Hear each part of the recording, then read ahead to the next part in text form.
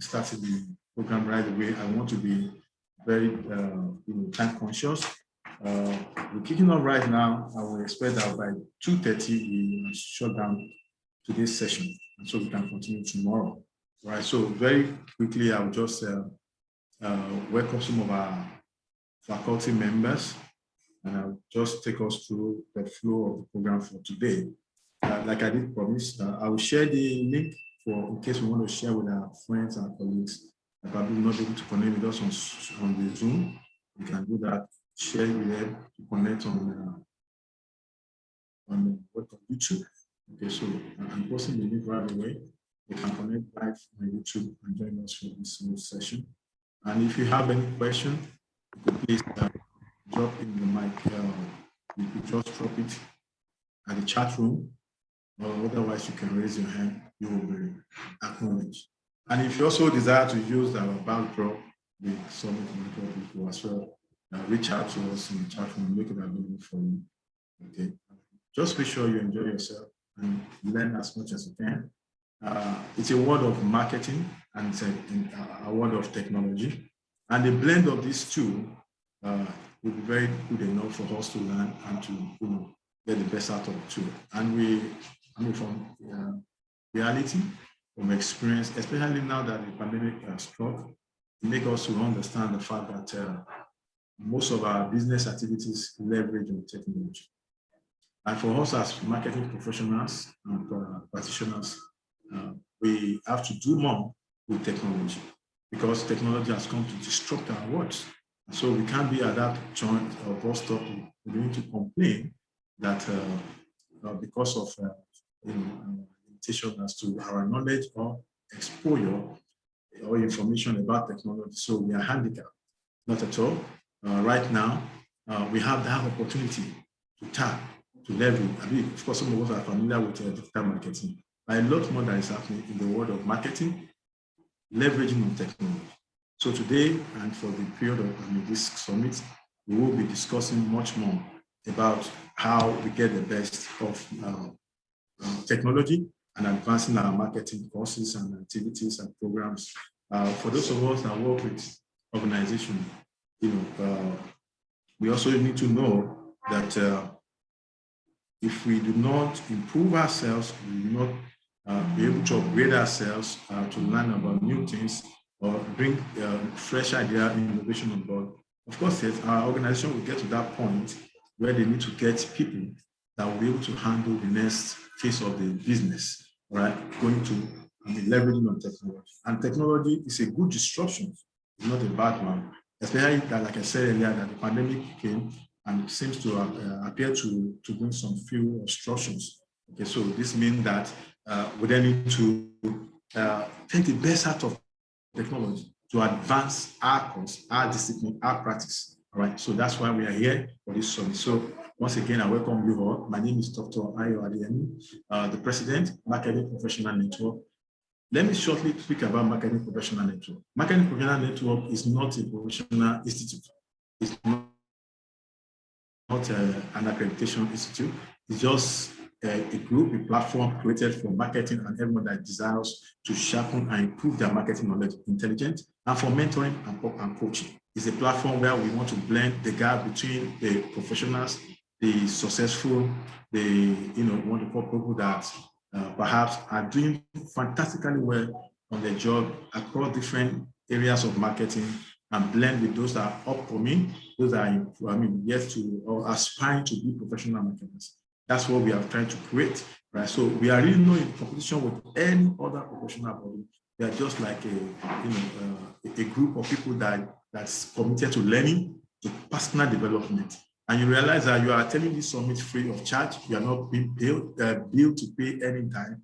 All of the required costs have been borne by some of us part of that association, right? The only thing we have asked is that if you desire to have the material, perhaps a certificate for this summit, then you just pay a token. And that token actually is also to just help us meet us some few, so it's not totally about profit, not about making money. It's about just having to do much more. And so how do we get our faculties, our facilitators? This is the second edition. The fourth edition, we have about 10 or 12 speakers again across different countries. And that's what we have tried to make it international, because what happened in the Nigerian marketing environment may be limited, right? So what happened across the border, okay, because we want to be a global player, we want to be able to appear in any part of the country and say that we are also have an idea, have information. Okay, so that's why we bring people, resources from different parts of the world. And I'm also say to you that the people we have with us, our 40 members, are doing this for free. This is phenomenal. They are doing it for free. None of them has billed us, none of them has given any bill. And you must know that it costs them something to be here. It really costs them so much. Some of them, because of our time, some are just waking up. Some are even in the midnight right now. But they've offered to be part of this summit. So I want to appeal to us to please help me appreciate them. You can drop your message in the chat room. Let's appreciate them. They are wonderful people. They are friends. Okay, some of them have not met physically. Some of them we met across maybe LinkedIn, and then we started that relationship. Some of them are from my professional session across the country, all right, and they have offered to be part of this summit. So I want to say thank you so much, all right. Sergio Pries, thank you so much. Sergio lost his father on Friday, amazing, and the daughter went through a surgical operation same day, and he said to me, this is a very challenging and tough time for me, but I'll be part of this summit, regardless of my challenges. So I want to say thank you so much. Our condolences to you and your family. We share your pain, we share your grief, but we can say that God will give you and strengthen you. And for your daughter, God will perfect everything concerning her. Thank you so much. We appreciate this sacrifice. We did appreciate this sacrifice. And our extension, we want to say a big thank you to Charter Institute of Marketing Ontario that are also representing here at this summit. We want to say a big thank you to them, to the president, Dr. Yusuf. Last year he was there, and Dr. Brantley, okay, he was also here last year, and some other people from the Charter Institute of Marketing Ontario. We say a big thank you to your organizations, and we'll continue to partner, all right? Okay, and I can show you, I'll be with you guys very shortly to come and pay full homage, all right? Thank you so much, we appreciate it. All right, so also I want to thank Dr. Ruben from University, Akwa University, Pakistan, all right? I want to say a big thank you to Doctor. She has been a very good friend, all right, and she's also here, and she's part of this, summit all the way from Pakistan. And I'm sure I can't tell exactly what time you are, but I know that this is also a huge sacrifice on your part. And also we have your colleagues, okay, associate professor Wakas, and I think Dr. Pardon me for pronouncing this name, so okay, so I'm not used to them, but we appreciate the three of you from the university all the way from Pakistan. Also, a big thank you for joining us and supporting this cause. All right, so and every other of our speakers, those are Nigeria, okay, is our home, and I think we are together on this journey. We want to say a big thank you for every participant across the country, across the world. We want to welcome you most sincerely. We appreciate your joining this summit, okay, and we want to assure you that you will indeed get value for your own to this summit. We want to assure you that, okay, we want to assure you that you will enjoy every bit of this summit. Okay, at this point, let me say that for today we will have our keynote speaker, and that was Sergio, who will leading us and taking on the keynote for this summit. And after that, we will have the panel. We have my humble self, Sergio, and Dr. Rubina from, that will be on the panelists, and then that will be focusing on the theme of this summit, which is the influence of technology in marketing operations and consumers experience. All right, again, I said the summit, the theme is influence of technology in marketing operations and customer experience. Okay, so we will be debating on that, and you will have opportunity to ask questions. Please ask your questions. May I even ask that you can start dropping your question right now in the chat box so that we will efficiently manage the time. I can assure you, we have our moderators that are going to be taking care of that. So we have part of our moderator, we have Terry, who is also Omodibo, who is also part of our moderator for today's event. We have Dr. Omojola, part of our moderator, and we have the Vice President, Marketing Professional Network, Kachi Ano, the lady behind all of the operation. I'm sure you won't see me, just like a member. She's one coordinating all of this entire activity. And I want to say thank you, Kachi, for your relentless effort and work. For every member of MPN that are here, if you are here, just drop MPN in the chat room. Let us know that you are here. And I have a gift, but Kachi has asked me not to announce the gift, that she will take care of that. So if you are here, just drop MPN in the chat room, and I'm sure she knows what to do along the line. So at this point, I'm going to allow the moderators to take over.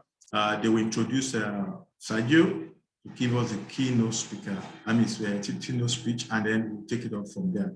Distinguished ladies and gentlemen, once again, I want to say thank you for being part of this summit this year edition. I can assure you it's going to be more fantastic moving forward next year.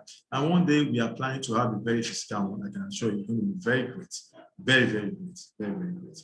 Okay, so if you are with us and you are set, please get yourself comfortable and then be ready for a time of impact, a time of illumination and expansion. Your knowledge, obviously, after this summit will be great. As I drop the mic, let me also say that I'm so happy today. Today is my birthday. Thank you all. Enjoy the rest of the session. All right, so I hand over to the moderators. Thank you.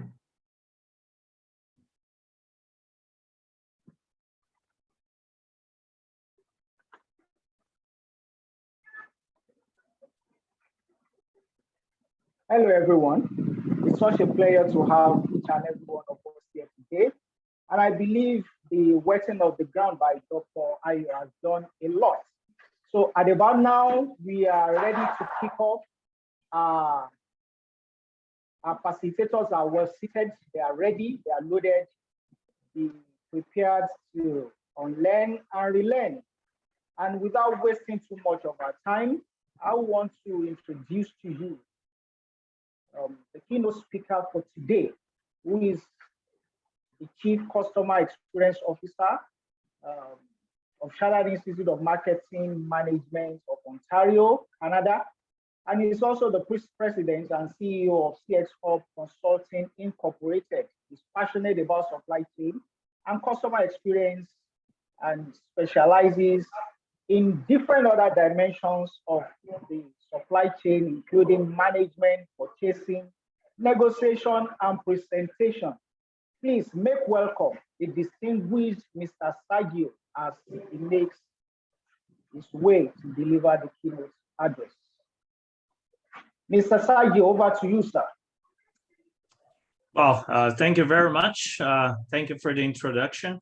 It's a pleasure to be here today. Of course, I would prefer to be here in, let's say, better circumstances. It is a personal effort, but you know, this is an important event, especially because it's part of a great relationship between the Chartered Institute of Marketing Management of Ontario and MPN. I couldn't say no. I couldn't drop my participation, so I'll do my best here. I think that what is the most important thing here today is to say that I am not trying to teach you anything. Most of the things that I'm going to talk about are things that you probably know already, are probably very obvious, but the important thing is that my job here is to tease you, to show you different perspectives and help you to think different. So the idea is not to say what is wrong, what is right, but simply share with you my experience and try to help you to organize the way you think about technology and how do you apply technology to your day-to-day in your marketing profession. Sorry. So that's basically what I'll do. And I'll try to make this presentation a little bit entertaining because I'm going to share a few videos to try to exemplify the concepts that I will be sharing. I hope that the quality of the image and the sound will be good enough, but that's it. And I just wanted to mention that CIMO here in Toronto, Canada, it's a not-for-profit organization which purpose is to help the marketing professionals to improve, to grow, to learn, and to think about different ways of doing their jobs. and to make sure that we help them to put ethics in front of everything they do. So at the end of the day, what we try to do is to make the world a better place through marketing. So let's go into the presentation because, it looks like a lot of time, but it's not. My presentation is a bit long, and I want to make sure that you have a chance to ask questions. Okay, so let me share my screen.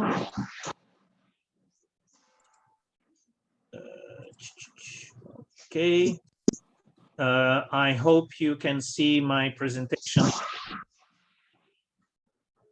Yes, we can. Yes, we can. Okay, great. So just to start, what we're going to be talking about today is the theme of the event, which is the influence of technology in the marketing operations and consumer experience. Another disclaimer: I don't do marketing, the marketing operations myself. I do have that in my company, but the idea here is to share you concepts that can be applied to marketing operations. And I will talk about technology in a broader perspective. So here's basically what we're going to share. In the first, we're going to talk about who is the customer so that we understand what we're talking about. What is customer experience? And then why should we be using technology to do our customer experience job? And what types of technologies could be available to us to do our marketing and so on. And I will talk a little bit about the balance between people and technology. And I will try to talk here. I will talk about technology in general. Then I will funnel to the marketing applications specifically. But I wanted to give you a perspective of technology as a whole when it comes to customer experience, and then we'll talk more about marketing. Okay. So who is the customer? First thing, we have to understand what's the difference between customer and consumer.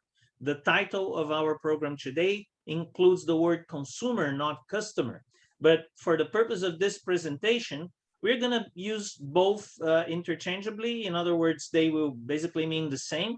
But in theory, customer is the person that acquires the products and services, while the consumer is the person that actually uses the products and services, right? So, for example, here at home, we have iPhones. I only use one, mine, but I am the customer for all of them because I was the one who acquired all phones, but my kids and my wife, they use their own phone. So they are the consumers and I am the customer because I am the one paying the bills. I am the one that makes the purchasing decision. Well, actually, no, they say what they want. I am the one that says, okay, that's a good investment of the money.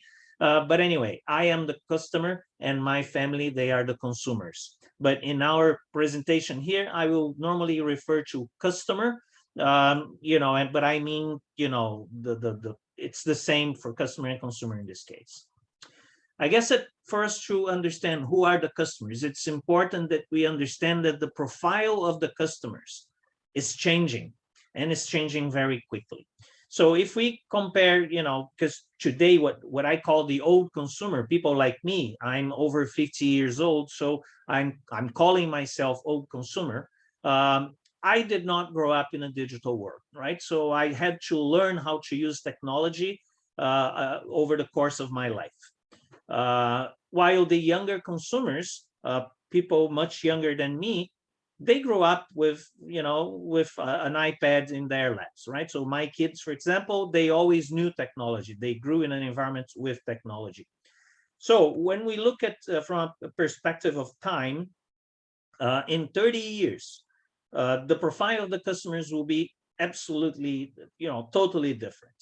So what will happen is that the old consumers today, like people like me that have purchasing power, that are the ones that are going to the markets and buying stuff and buying the most expensive stuff, these people will leave the markets. By 2050, most of us will be out of the markets, either because we're too old to spend money or because we died or because simply we leave the markets. We lose our purchasing power. After you retire, your income goes down, and then your purchasing power goes down. While the younger people that today don't have a lot of power, as time goes by, these people will have more power. And in 2050, they will be in the same situation that people like me are today. They will be the ones spending the most amount of money on whatever they buy, products or services. So there is this natural shift. But besides that, there is a number of other things that are changing in parallel, like technology, like products and services available, like the dynamics of the society, and so on. So during this period, we will see that people will change, that the business models will change, that the society will change, and the technologies will change. So it's very important that every company understands that they have to face the reality that their consumer or their customers are changing. And they are changing not only because people change, but because everything else changes. And the expectations of the people change over time. And basically, and you will see that later, delivering great customer experience means trying to satisfy the customers, basically delivering to their expectations. As the expectations change, the companies have to adapt.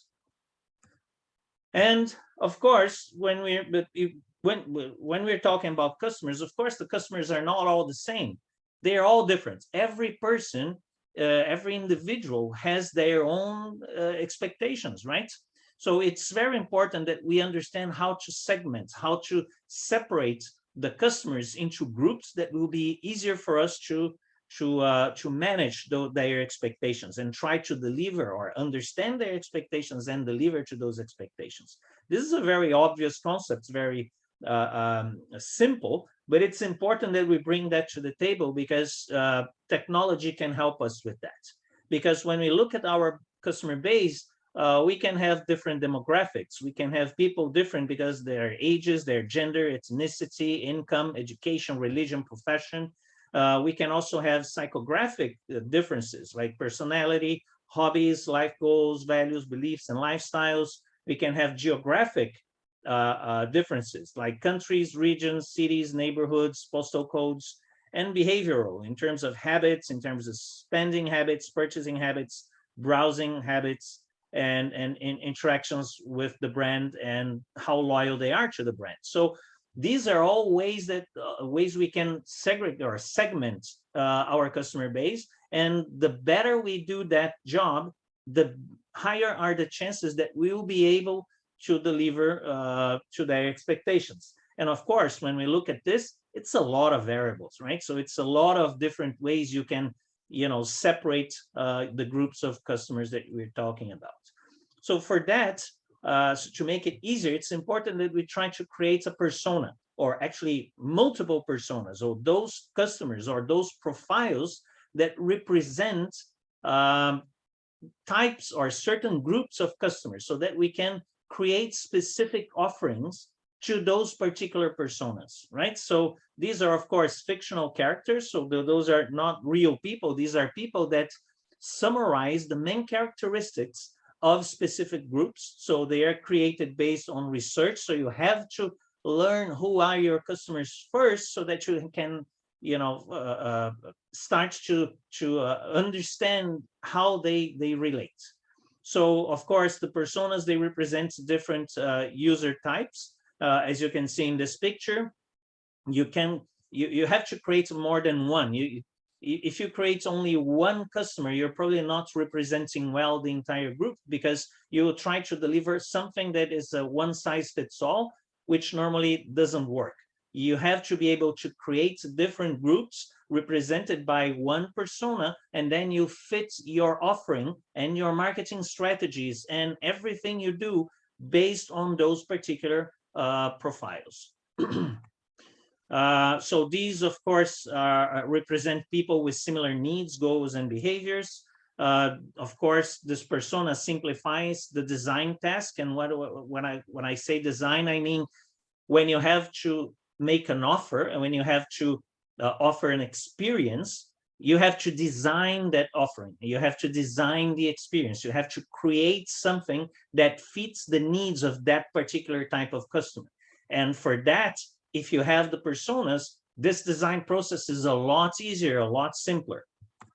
And of course, it helps you to step out of yourself, because it's very normal that we think about the offering. We think about what is good for us, what we like, what is important for us, not what is important for the customer. When you create a persona, you have to put yourself in that persona's shoes, and then it's much easier to disconnect yourself from that analysis, so that you increase the chances of coming up with ideas that will be seen as value from the customer perspective, not from our perspective. Because remember, at the end of the day, it doesn't really matter what we think we are.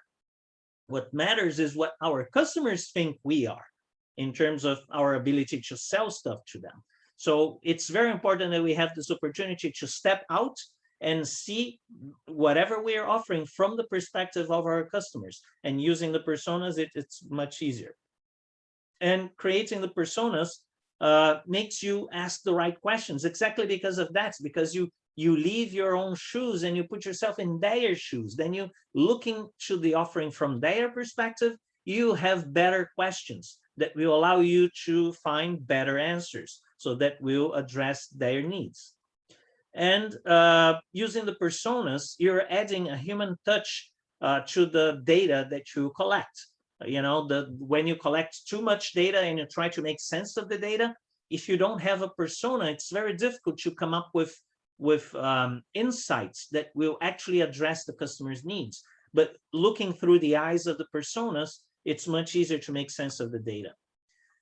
But the problem is, it can be too big, right? So when you have, depending on what you're selling, depending on what you're doing, you may need a lot of personas to do that. And then the complexity of that becomes bigger, and managing it manually, it's going to be complicated. So when we look at this research done by Publicis Media for Oracle, they came up with these two main profiles, and the purpose of the research was to understand the differences between them. But what they did, they ended up realizing that there are a lot of similarities. It's not just the differences. And I will try to summarize the result of this research, because it helps us to understand how technology plays a role here. So first, when we look to these two groups, the older consumers like me and the younger consumers like you, both of us like solutions that are fast. Both believe that being fast is very important in terms of value of any offering. Being smooth, a solution that is not complicated, that is simple, it's easy. You go there and you get it. So it's, whatever is smooth without a lot of effort, this is something that everybody likes, independently if you're young or old. End-to-end solutions, everybody loves that. Everybody wants to have something that you won't have to stop and go talk to someone else, and then to someone else, then to someone else. We need one person to take care of our issue, go from begin to end, and deliver an end-to-end solution, so without being pushed around by the employees of the company. And also customization. Both older consumers and younger consumers, they love customization. The difference is that the older consumers, they see customization as something personal, ideally delivered by a human being, by a person. While the younger consumers, they tend to prefer something personalized, mainly delivered by a machine, not necessarily by a human, right? So the need is the same. It's a customized solution to their needs, but from different perspectives. One is a person delivering something personal. The other one is a computer or a digital interface delivering something personalized. So what it's at the end of the day, the conclusion is that people don't buy products anymore. What people are buying are experiences. And those aspects are very important on the experiences. But there are, of course, differences. That was the original intent of the research. So the way the older consumers solve problems, they prefer to interact with a person, while younger tend to prefer digital interfaces. The older people are more interested on the details, while younger people are not that interested on the details. They prefer the end result. Older consumers prefer ownership. They want to own a car, own a house, own a cell phone, own whatever they use. They want to be the owners, while younger, they prefer everything as a service. You know, they rent houses, they rent bikes, they don't own cars. They, you know, the younger people, they tend to prefer things as a service. um, the older consumers, they tend to have their most remarkable memories in real life, while younger people may have those in the digital environment. While older consumers have a smaller online footprint, the younger have a very large online footprint. So this is more or less the scenario. But when we look at these things that are in gray here, this is where technology can help a lot to make things fast, smooth, end to end, and customized, and you know, and delivering those things that the younger consumers really value. They don't help too much when it comes to the older consumers because it's a more personal delivery, right? So technology can help for sure, but not as much as on the gray side here. So changing to what is a customer experience. So this is my definition of customer experience. It's everything that the customers go through while interacting with your brand, your products or services, and are those interactions that will create expectations, that will give rise to feelings and emotions that will cement in our memories on the customer's brains, that which will ultimately drive the customer's thinking, their decisions, and their purchasing behaviors, as well as the way they will promote your brand. Well, it's a long definition, but basically to say that the way the human brain works, the experiences will create emotions, the emotions will get those memories in our brains, and those memories will define how we decide to buy, how we think, and how we purchase things, and also how we talk about our suppliers, if we say that they're good or they're bad. There are some alternate definitions here, which is the most effective way to engage customers and make them loyal. In other words, the competence of making them happily come back for more of whatever you deliver, products or services. And the main thing here is happily. You know, they come back because they want, because they feel the need. And another definition of customer experience is the art of managing expectations. This is the one that I like the most because it's simple and it goes straight to the point. Because customers are not happy when you deliver what you promised. Customers are happy when you deliver what they expect. If you deliver what you promise and what you promise is less than what they expect, they will be okay. They're not going to be mad at you, but they will be disappointed. But if you deliver to their expectation, they will be happy. But if you deliver more than what they expect, they will become your fans. So this is, conceptual. Sorry. But what is important is that products and services, when you're delivering regular products and services, you can bring differentiation by the product or the service that you deliver. But only experiences can bring distinction. And what's the difference between distinction and differentiation? Differentiation is what makes us different. We're not like the others, but not necessarily we're better. But the problem is when you're just different, when you're using your products and services, it's relatively easy to copy. As a consequence, it's relatively easy to compete against you. However, if you are distinct, in other words, distinction is what makes us unique. It's something that is very difficult to copy. It's, as a consequence, very difficult to compete against. You can only deliver that, that excellence, being better than the others. You can do that through experiences, because the experiences are very difficult to copy, to emulate, to do the same. It's much more difficult, and that's what makes the difference. And so the distinction allows the business to charge more right? So you can charge premium prices for products and services if you're delivering something that is absolutely unique. So the experiences, they justify paying, the customers paying more. So customer experience has the power to make the customers happy. And this sounds again very simple, very obvious, but a lot of businesses don't realize that, because when you have a happy customer, the happy customers do not return products. They do not call your customer service just to complain and occupy your people's time with issues. They do not ask for compensation, for financial compensations. They reduce your marketing costs, because the customers that are really happy, they will do the marketing for you. They will share their experience and make it easier for you to sell.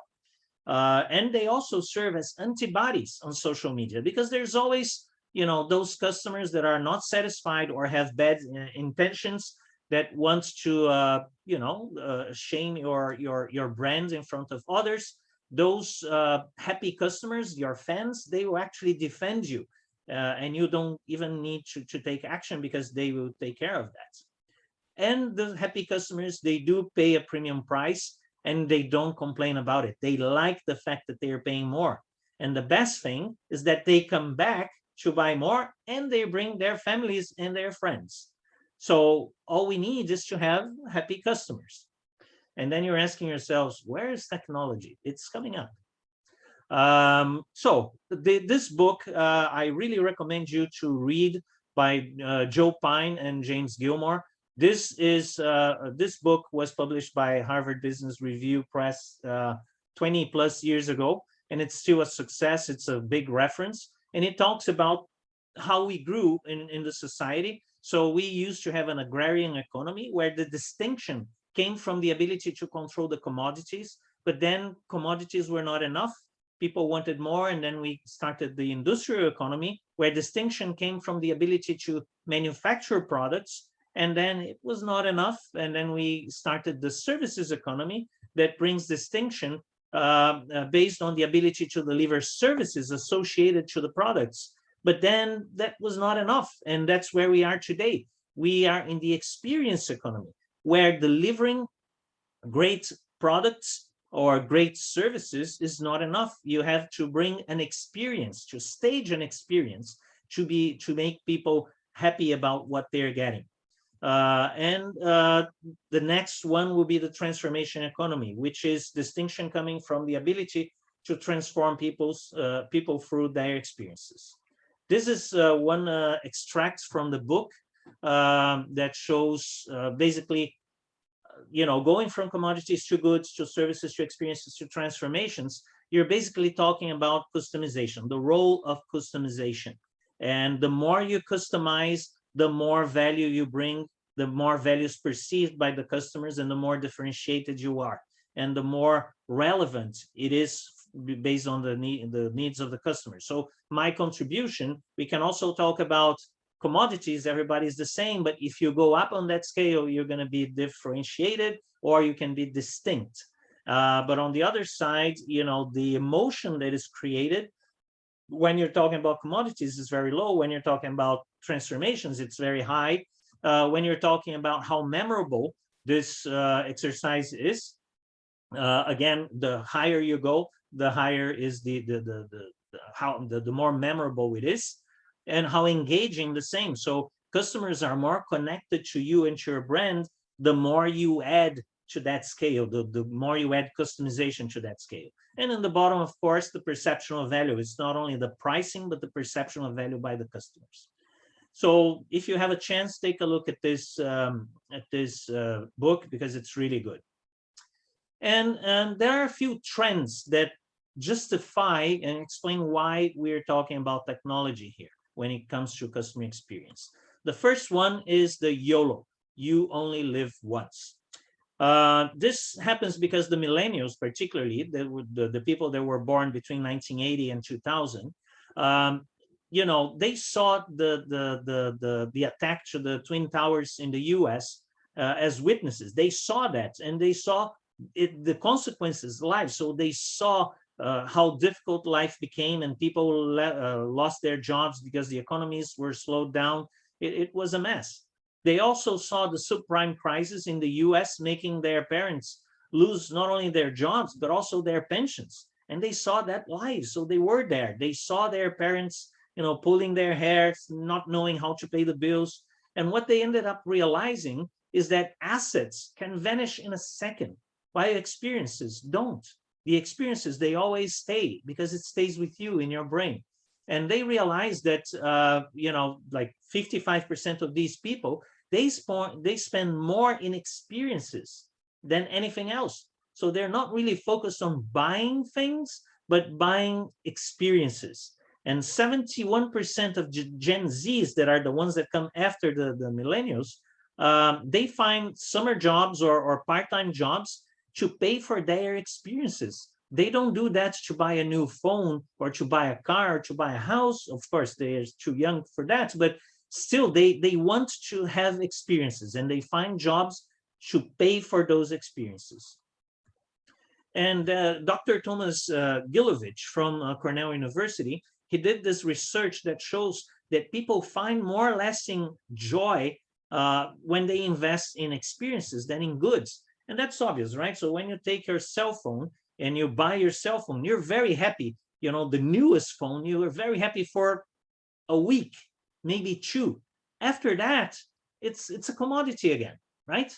While when you take a trip to that place that you always wanted, you're going to be telling people about it for years. It's an amazing experience that stays, and you keep bringing it back. And every time you think about it, you're happy about it, right? So people have a lot more happiness or prolonged happiness based on experiences than actually having goods.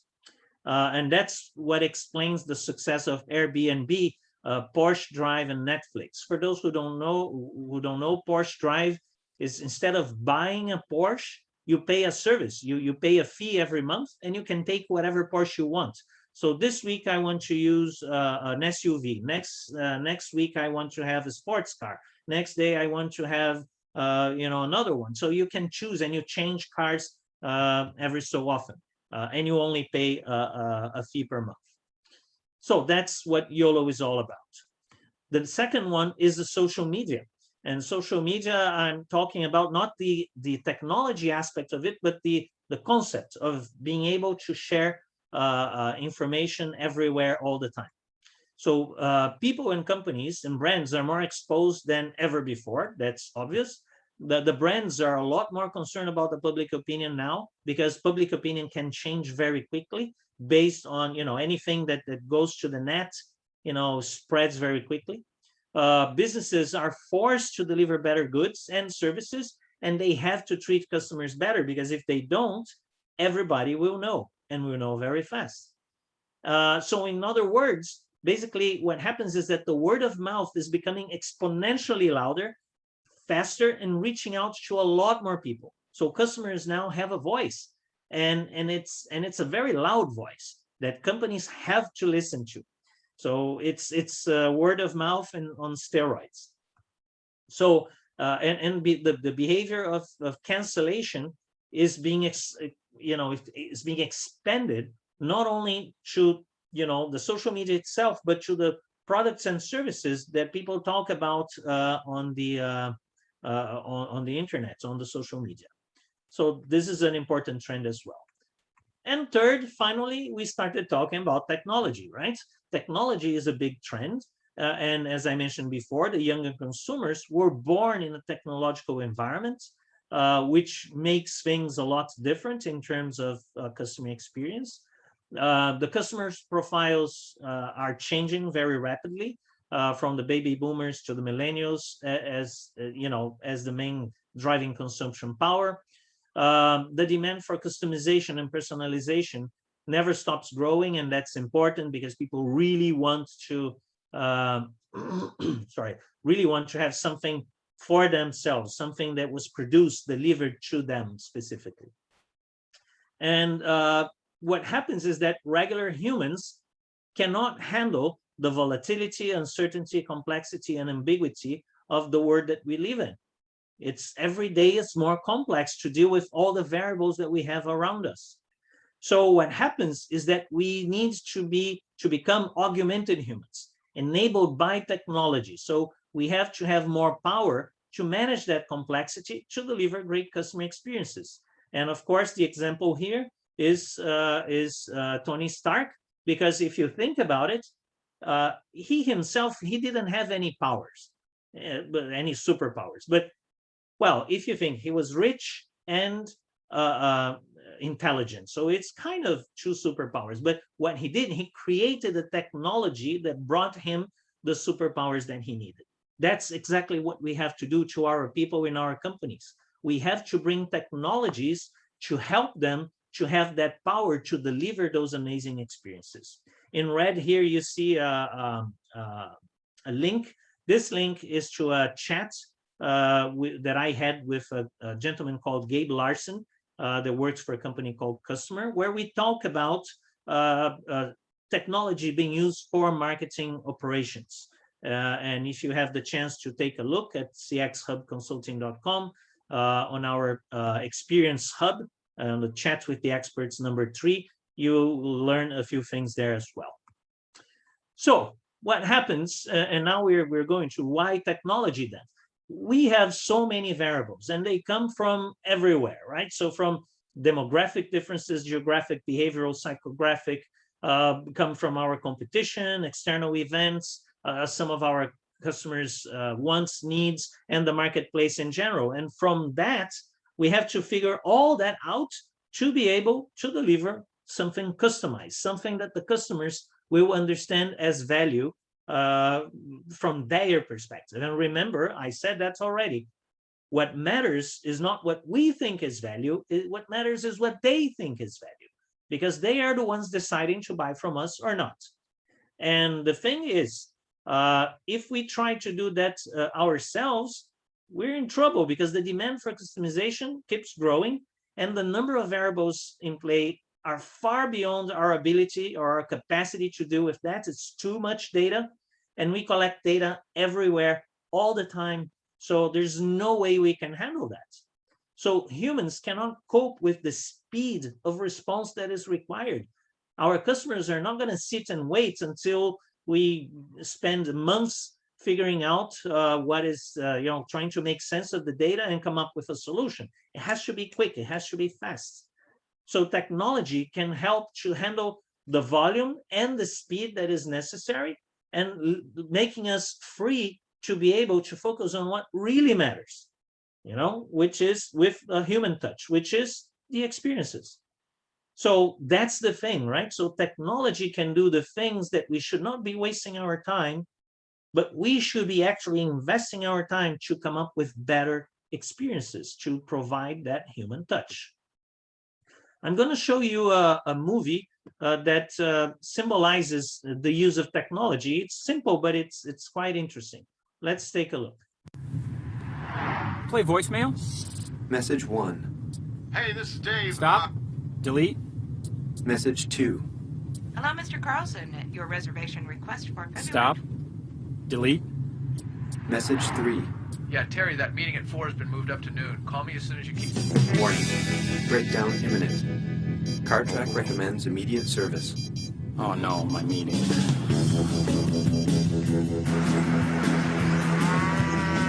To locate your nearest service station, turn right at Alameda. Continue north for 1 mile. Turn left at Bersham. Proceed 2 miles to the next service station.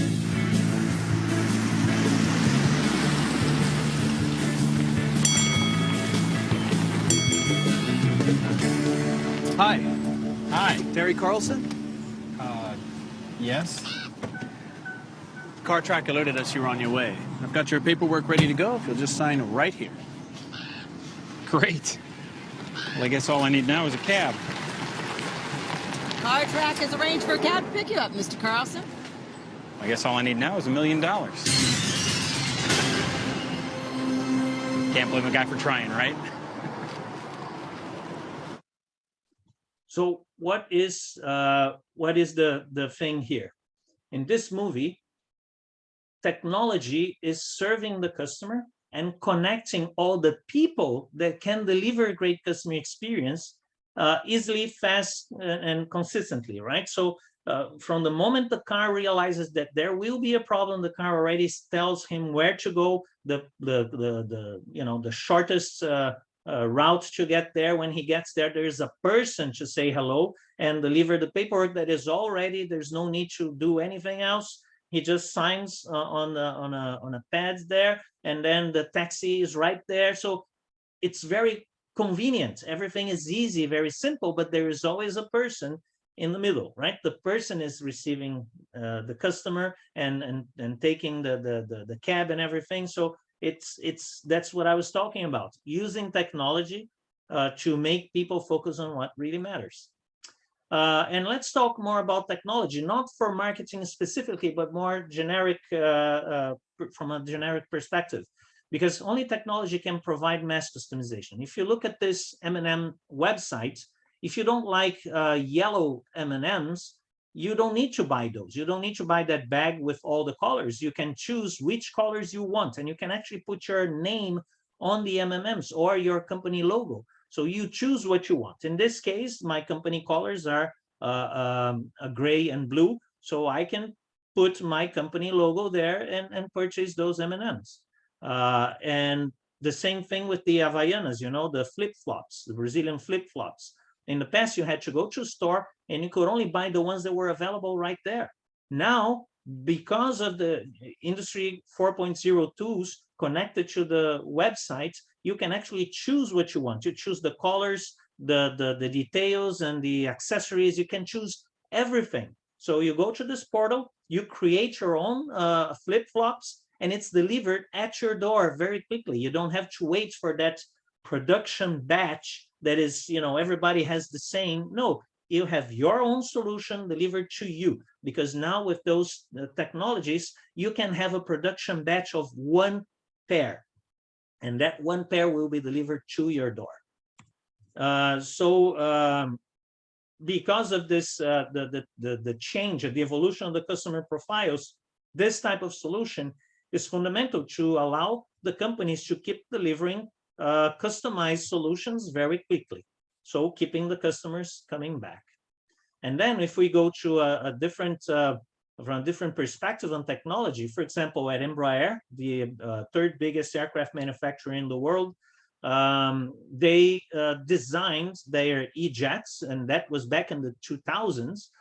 They designed the entire aircraft digitally, all in a digital environment. So they had a virtual reality center so that they could design the aircraft for manufacturing, and they also designed for assembly, and they also designed for maintenance. So they brought the customers in, all the customer requirements, and made it easier for the customers to fix the aircraft by simulating how the customers will actually access the parts. So this is all technology making customers' lives easier. And of course, when you're selling the airplane, you mentioned that, your life with this airplane will be easier because we are delivering technology, delivering the products and the services with technology behind them. This is another example. Let me show you. It's about the digital twin.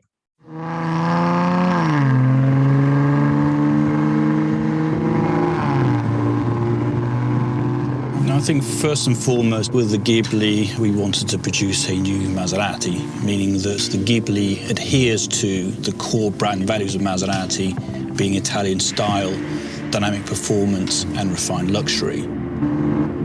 The challenge, obviously, in terms of launching higher volume cars within a modern manufacturing facility, state-of-the-art manufacturing facility, is to retain that bespoke feeling within the cars, which is very much appreciated by our clients.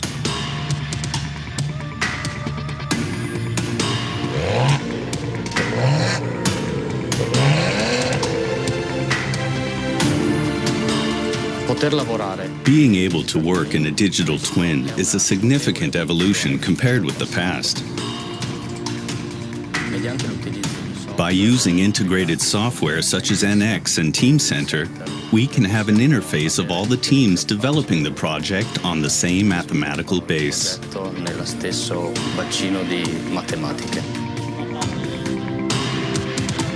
Questo ci permette di This allows us to reduce analysis times and to avoid possible errors caused by miscommunication between the different teams. azioni errate tra i differenti team.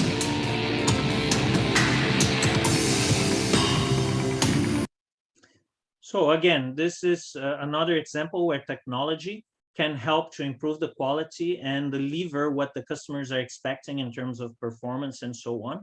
And it makes it easier to make changes and adapt and test everything in advance. So when the customers get the car is already tested on a digital environment. So you can replicate, including the production line, you can replicate that digitally so you can make it very efficient. This is another example of technology.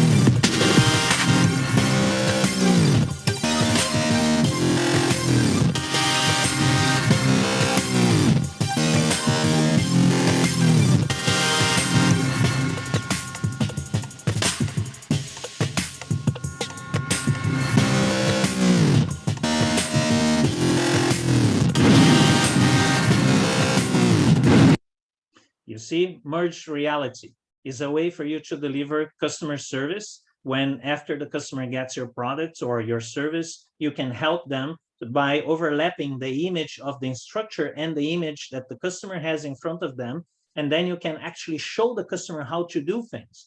Makes it a lot easier. And of course, when you're selling your product, you can tell them that, look, I can support you with that. When you're selling your service, you can advertise that as well and make that a differentiation, using technology as a way to differentiate or to make your offering distinct, not only different. So what happens is that those types of technologies, you can improve the productivity, facilitate customer operations, reduce the time for solutions, improve overall quality and reliability, which significantly improves the customer experience. But then let's start to go down to more, closer to marketing, which is what you guys are talking about here. But I really wanted you to have that broader perspective of technology because it actually helps the whole environment connected by technology allows us to use the marketing tools a lot more effectively. So we just talked about tools to help on the sale of products. We talked about tools for customer services that are, Industry 4.0 tools that will allow those other two things to actually work. But now we're going to talk more about the marketing content, right? So we'll talk a little bit about relationship management type of tools and customer experience management type of tools.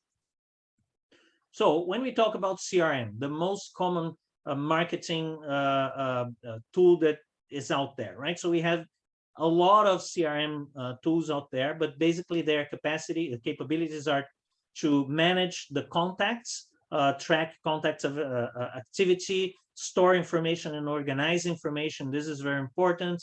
Lead management or reporting. We can come up with dashboards and real-time reporting for anything we're doing on the sales process. Integration of email, social media, applications, telephone, websites, everything we can integrate through the CRM tools that we have available these days.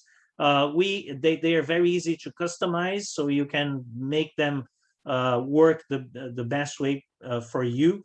They are very intuitive and convenient to use typically, And the main ones, and the ones that probably people heard the most, are HubSpot, Salesforce, and Freshworks. Those are the ones that have more customers globally.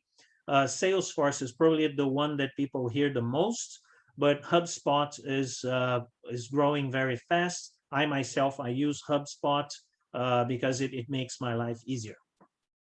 And there are other tools that I call customer experience softwares applied to marketing operations. I'm not going to talk about each one of them. The idea here is not to talk about the tools themselves, but it's important that you see that those are the 10 most important ones, and they're all similar to some extent, but they are focused on different aspects of the business. Like, there are some that are customer service management, so you use to manage your customer service. There are the regular customer relationship management. There's also the ones that manage the experience of the customer, so it goes beyond just contacts and things, but communication. You manage the entire experience that can consider also customer service. There are the ones that have behavioral analytics, and this is important because those tools, they collect information from the customers and try to understand the customer's behaviors and the customer's needs and wants that will help you, to give you insights to take action. And there's also the tools that will be used to listen to social media. So you can actually, because it's easy for you to control whatever you put on social media. But what about the things that other people put on social media about you? You know, there are those tools that can actually help you to listen to social media. And it's important that we understand that all those tools, they try to be as omni-channel as possible, because what happens is that having a lot of channels is great, but having them all disconnected, not integrated, is a problem, because one day the customer is interested on talking to you via chat, the other day via email, the other day via social media, whatever. What happens is that the customer has to be free to connect you whatever way they can or they want. However, the same customer has to be seen as one individual, no matter where he goes, right? So he or she goes. So it's important that all the channels are fully integrated. And that's the definition of omni-channel. And a lot of those tools, they allow those customers to be recognized by your company, regardless of what media they decide to use. Because customers want choices, right? And it's our job to offer them the choices, and they have to be well treated, and they have to be recognized regardless of the choices they make on the way they communicate with us. And most of the new tools and the new technologies, they allow that, the customers to be seen as one individual regardless of where they come to talk to us. Let me show you another technology, another solution. By the way, I don't work for those companies that I'm showing the movies here. I don't get any commissions. It's just because they're very good examples. Let's see this one. Things go wrong a lot in the airline industry. On Valentine's Day 2007, we had a situation, pretty tough weather, ice pellets. That storm caused the longest delays that we have experienced in our history. We froze some aircraft to the ground and stranded a lot of people. So one of the things that we did was to create the Customer Bill of Rights. We decided that we were going to tell our customers, when things go wrong, this is what you can expect of JetBlue. We needed to learn and understand the needs of the customer, and that's when we found Qualtrics. We focus on experience management here at JetBlue, so we embrace criticism that we receive through surveys. A survey comes in and it immediately tells frontline supervisors who are in the best position to affect change. Real-time information is so important because it enables you to step in the middle of the experience and create these heroic moments. We've had our crew members leave sports team paraphernalia on customers' seats, or we have newlyweds flying through the airport, and you can do something really special there. They need that excitement for that job interview, that excitement for that honeymoon they may be going on, that empathy when they're traveling to that funeral. We are not computers talking to computers here. We are humans talking to humans. Our mission is to constantly improve upon the experience for our 35 million plus customers. With all the survey data that we have, we're now in a position where we have been able to become predictive. And so, for example, we know going into big snowstorms, big hurricanes, how customers are going to react, and we can fix things. Awards are great. We've won J.D. Power 12 years in a row, but more importantly, we now have the product that our customers tell us every single day is fantastic. And with the information that Qualtrics gives us, we're going to be able to just take the experience to the next level.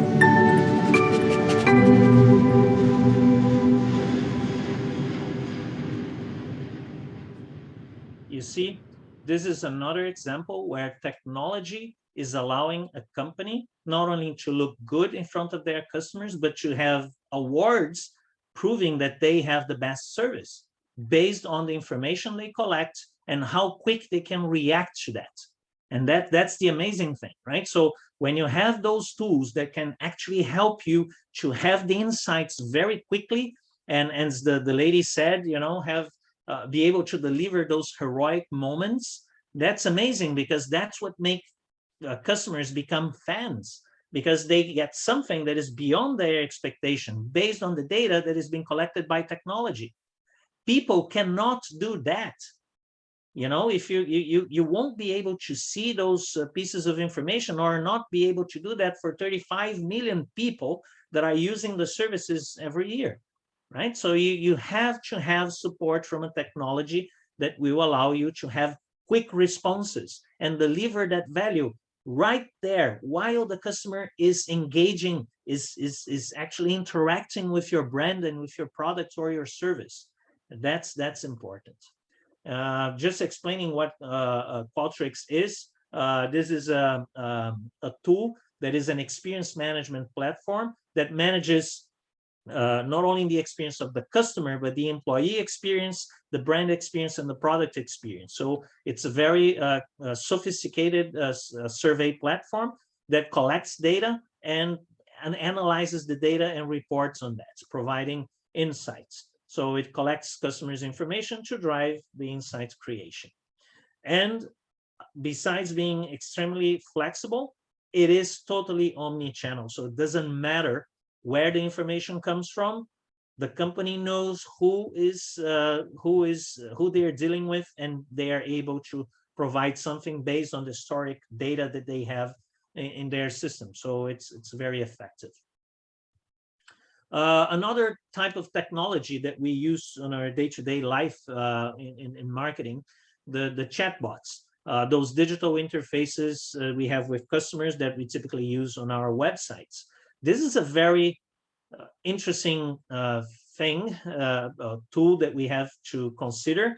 It's interesting, but it's very dangerous. A lot of companies are just using chatbots because everybody else does, and this is a mistake, right? So the purpose of the chatbots is not to show off. It's not to do whatever your competitor is doing, or emulate or copy what your competitor is doing. The purpose is to reduce the load on the call center agents, but not to replace them. So the customer has to have the choice to be able to talk to a person, but the idea here is to allow the chat to try to send the customer to the right people, to talk to the right people, instead of sitting there waiting for half an hour, then a person answers the phone and it's the wrong person. And sometimes it's something that is easy to solve. So the chatbot could solve the simple things, but if it's more complex, you don't need to have the chatbot doing it. It will just guide you to talk to the right person. So it's used for screening, to figure out who has to talk to who, and facilitate the customer's life, speed up the support, because this way, instead of waiting in line to talk to a generic person, you can shortcut and go talk to the person that will solve your problem. And the purpose is to provide answers or routing you, and not to show off. And what is important is that all chatbots, they need to learn. Most of them are AI, artificial intelligence based, but they need to be taught before they can perform and deliver the value. If you simply buy something and implement next day, the artificial intelligence doesn't know much. So the quality of the answers will be very poor, and the customers will be pissed. So you have to be very careful because it has a huge potential to become a customer experience detractor. It will make the experience worse instead of better. So we have to give that choice to the customers. They have to be able to choose if they want to talk to a bot or to a person. Other technologies that we can use, of course, artificial intelligence, as I just mentioned, data analytics or big data. This is behind most of the customer experience tools that we have on the market today. This is the most fundamental thing that the tools have. But we also have a lot of cognitive technologies, such as computer vision. So the computer can actually read things and understand things and take action based on that. Machine learning. So the machine will learn from the data and will come up with different perspectives, different ideas. Natural language processing, very important, so that you can collect what a customer is saying and transform that into text and use that text. Well, actually, the speech recognition is that we will collect whatever the customer is saying and put into text, and then you make sense of it with NLP. You make sense of that text. You understand the meaning of what the customer is saying. And of course, blockchain that supports all of that to be able to store information. The new marketing starter toolkit, if I would suggest the minimum things that you could have. First is something that has analytics. So you have to be able to track the channel's performance and the customer behaviors to help you to make sense of data. So Google Analytics and Adobe Analytics, those are good tools for that.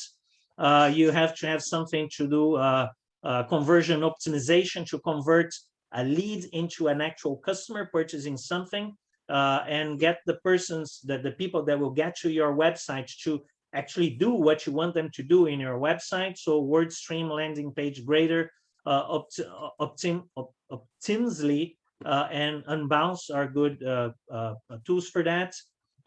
Email marketing, of course, and I'm not talking about spamming, not sending things to people all the time, things that are not interesting for them. The idea here is to ask permission and figure out what are the content that will make a difference for that customer and deliver to them what they see as value. You can use MailChimp or Constant Contact for that. You can also use search engine marketing. That it's kind of, when you associate the paid search ads with search engine optimization, that will actually address the needs, based on the customer's needs. So you can use Google AdWords, WordStream, WordTracker, and Bright Edge to do that. Remarketing, which is basically whenever a customer goes through your website, then your ads are shown on other things that your customer do. So they go to other websites, and if there's a room for advertising there, your advertising pops up there. So you can use Google AdWords remarketing or AdRoll or Perfect Audience. Mobile optimization. This is fundamental because again, the customers, they have to choose how they want to interact with you. They may be using their computer, their tablets, or their cell phones, or their smartphones. Your website has to be optimized to whatever tool they want to use. It has to be responsive. And marketing automation, it's also important to try to bring it all together, use all those tools and connect them together. So HubSpot can help with that, Act-On, and Infusionsoft. So the question now is, will robots replace humans?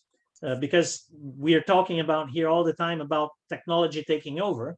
Well, if you look at this movie, 2001: A Space Odyssey, that was released in 1968, so it's a very old movie.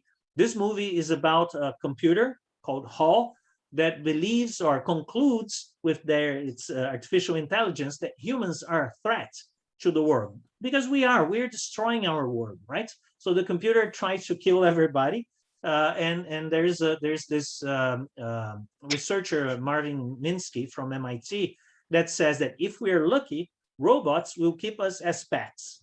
but this is if we're lucky. Otherwise, we'll do what Hall does, right? So this is a very pessimistic perspective, but if we're not careful with the use of technology, this could be our future. However, when we look at this other movie called The Bicentennial Man from 1999 with Robin Williams, it tells the story of Andrew, a robot that learns the beauty of being human, the beauty of the human touch, right? And then he tries across this movie, he tries to become a human. And it's a very interesting perspective on how human nature can create great experiences, and a testimony that we can bring technology into our lives as long as we keep the human touch. Exactly like Disney does, associating high technology with high touch, and that's their strategy. So, answering the question, will robots replace humans? Yes, for sure, but just the ones that do not embrace technology, right? So technology can provide humans with superpowers and can make us augmented humans. And the more we accept technology in our lives and use it as a tool, the least the chance that we'll be replaced by it. So in summary, no one can stop technology development. We like it or not, it will continue to grow. It will, to some extent, emulate a few human aspects and behaviors. It will become more, let's say, human. Customers' expectations will continue to grow. Customer profiles will continue to change. This evolution will make it more complicated for humans to deliver to those changing expectations. And the role of technology as an enabler of great customer experience is undeniable. So we have to give our people the power through technology to deal with the volatility, uncertainty, complexity, and ambiguity that we are living in. But of course, we have to have a very strong and enforceable technology ethics protocol, because what we don't want is to have all that technology being used on a bad way that will transform us and remove the human touch from everything we do. So in summary, technology enables the new marketing, the marketing that is focused on customer experience, and the marketing that considers the human aspirations, the humans' wants and needs. That's what I wanted to share. So my apology for taking longer, but I thought it would be interesting to share those movies because it illustrates very well what we're talking about here. So let me stop sharing my screen just a second. Here we are. So thank you very much for your time, and back to you, Dr. Ayo.